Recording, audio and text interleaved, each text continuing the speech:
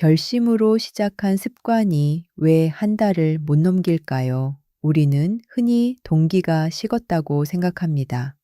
그런데 오래 굳은 습관을 보면 정작 동기와는 상관없이 굴러갑니다. 아침에 눈 뜨면 나도 모르게 휴대폰을 짚고 자리에 앉으면 커피를 내립니다. 하고 싶어서가 아니라 그 상황이 오면 그냥 손이 갑니다. 습관이 진짜로 자동화되면 무엇이 트리거를 당기는지 알아야 만들 때도 바꿀 때도 헛다리를 짚지 않습니다. 이번 영상이 끝나면 세 가지를 알게 됩니다. 첫째, 굳은 습관은 무엇이 트리거가 되어 행동을 부르는가? 둘째, 보상은 습관의 어느 단계에서 진짜로 중요한가?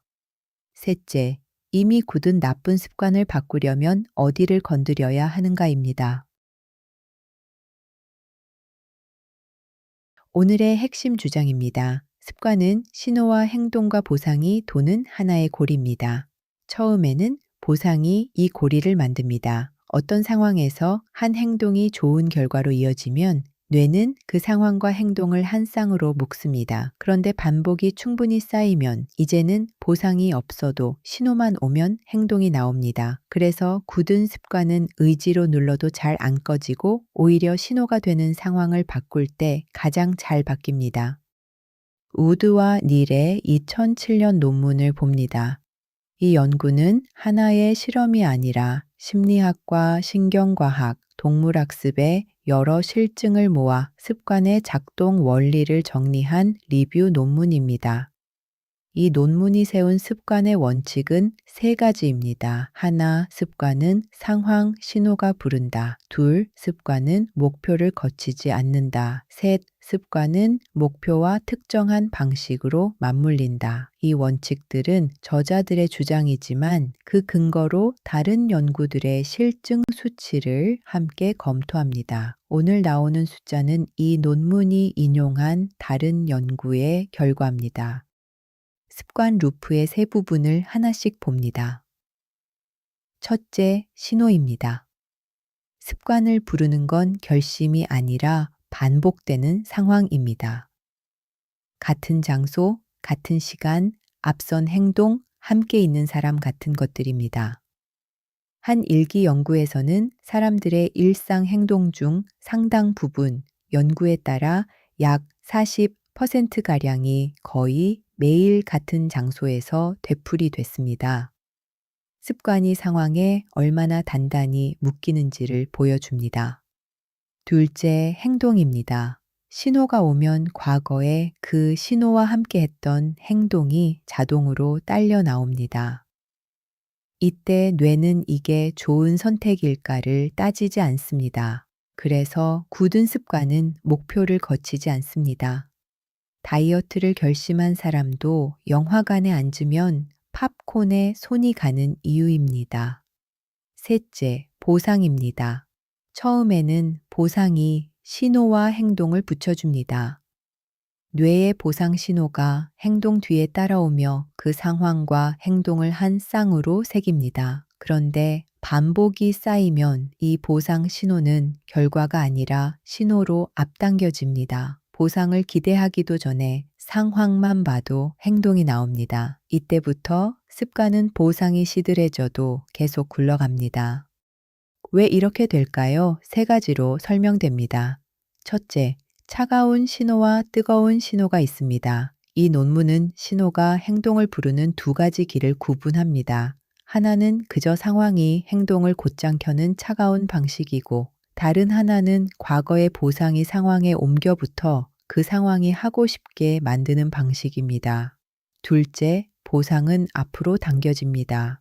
동물 실험에서 보상 신호는 학습 초기에는 보상을 받은 뒤에 나오지만 훈련이 쌓이면 보상을 예고하는 신호가 나타나는 순간으로 옮겨갔습니다. 습관이 왜 미리 자동으로 튀어나오는지를 설명합니다. 셋째, 굳으면 보상에 둔감해집니다. 충분히 습관이 된 행동은 보상의 가치를 떨어뜨려도 한동안 그대로 계속됩니다. 쥐가 먹이의 매력이 사라진 뒤에도 레버를 누르던 실험이 그 예입니다. 습관이 결과 계산에서 풀려났다는 뜻입니다. 이 모델은 앞선 실증 연구들과 맞물립니다. 이 논문이 검토한 33편의 연구를 모은 메타 분석에서 과거에 자주 한 행동일수록 미래 행동을 잘 예측했습니다. 습관의 힘이 얼마나 자주 반복했는가에서 나온다는 뜻입니다. 이는 앞선 편들과 이어집니다. 1편의 습관 형성 연구는 반복이 자동성을 만든다는 걸, 3편의 행동 설계 모델은 신호가 행동의 트리거라는 걸 보여줬습니다. 이번 편은 그 신호와 행동이 보상으로 묶여 하나의 고리가 되는 과정을 설명합니다.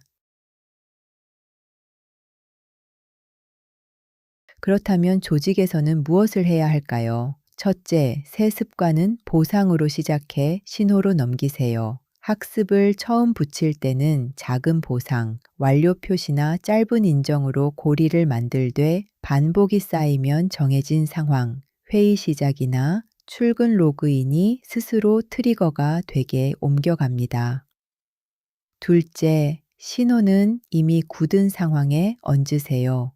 없던 알림을 늘리기보다 매일 반복되는 장소와 시간과 앞선 행동에 새 행동을 붙입니다. 상황이 단단할수록 습관도 단단해집니다. 셋째, 나쁜 습관은 의지가 아니라 상황을 바꾸세요. 잘 안 고쳐지는 관행은 사람의 의지를 탓하지 말고 그 행동을 부르는 신호를 치웁니다. 자리 배치, 도구 위치, 기본 설정을 바꾸는 편이 훨씬 효과적입니다. 넷째, 환경이 바뀌는 시점을 활용하세요. 이사, 부서 이동, 시스템 교체처럼 상황이 흔들릴 때가 습관을 새로 심기 가장 좋은 순간입니다. 옛 신호가 사라진 틈에 새 습관을 끼워 넣습니다. 오늘 실천할 체크리스트입니다. 하나, 새 습관에 처음엔 작은 보상을 붙였는가? 둘, 반복이 쌓인 뒤 보상 대신 상황 신호로 넘겼는가? 셋, 새 행동을 이미 굳은 장소와 시간과 앞선 행동에 얹었는가? 넷, 나쁜 습관은 의지 대신 그 신호가 되는 상황을 바꿨는가? 한계도 분명히 해둡니다. 먼저 이 논문은 하나의 실험이 아니라 여러 연구를 종합한 리뷰입니다. 인용된 수치는 각기 다른 연구의 결과이므로 하나의 실험이 전부를 증명한 것처럼 읽어서는 안 됩니다. 또한 보상이 신호로 옮겨가는 메커니즘의 상당 부분은 동물 실험과 뇌 연구에서 온 것입니다. 사람의 복잡한 습관에 그대로 옮길 때는 조심해야 합니다. 그리고 신호와 행동과 보상은 현실에서 깔끔히 나뉘지 않고 목표와 감정과 얽힙니다. 진단의 출발점으로 유용하되 공식처럼 기계적으로 적용할 것은 아닙니다. 정리해 보겠습니다. 습관은 신호와 행동과 보상이 도는 고리입니다. 보상은 이 고리를 처음 만들 때 필요하고 일단 굳으면 신호만으로 행동이 나옵니다. 그래서 좋은 습관은 작은 보상으로 시작해 확실한 상황에 얹고 나쁜 습관은 의지로 누르기보다 신호가 되는 상황을 바꾸십시오. 습관은 결심의 문제가 아니라 신호를 어디에 두느냐의 문제입니다. 오늘의 마이크로 러닝은 여기까지입니다.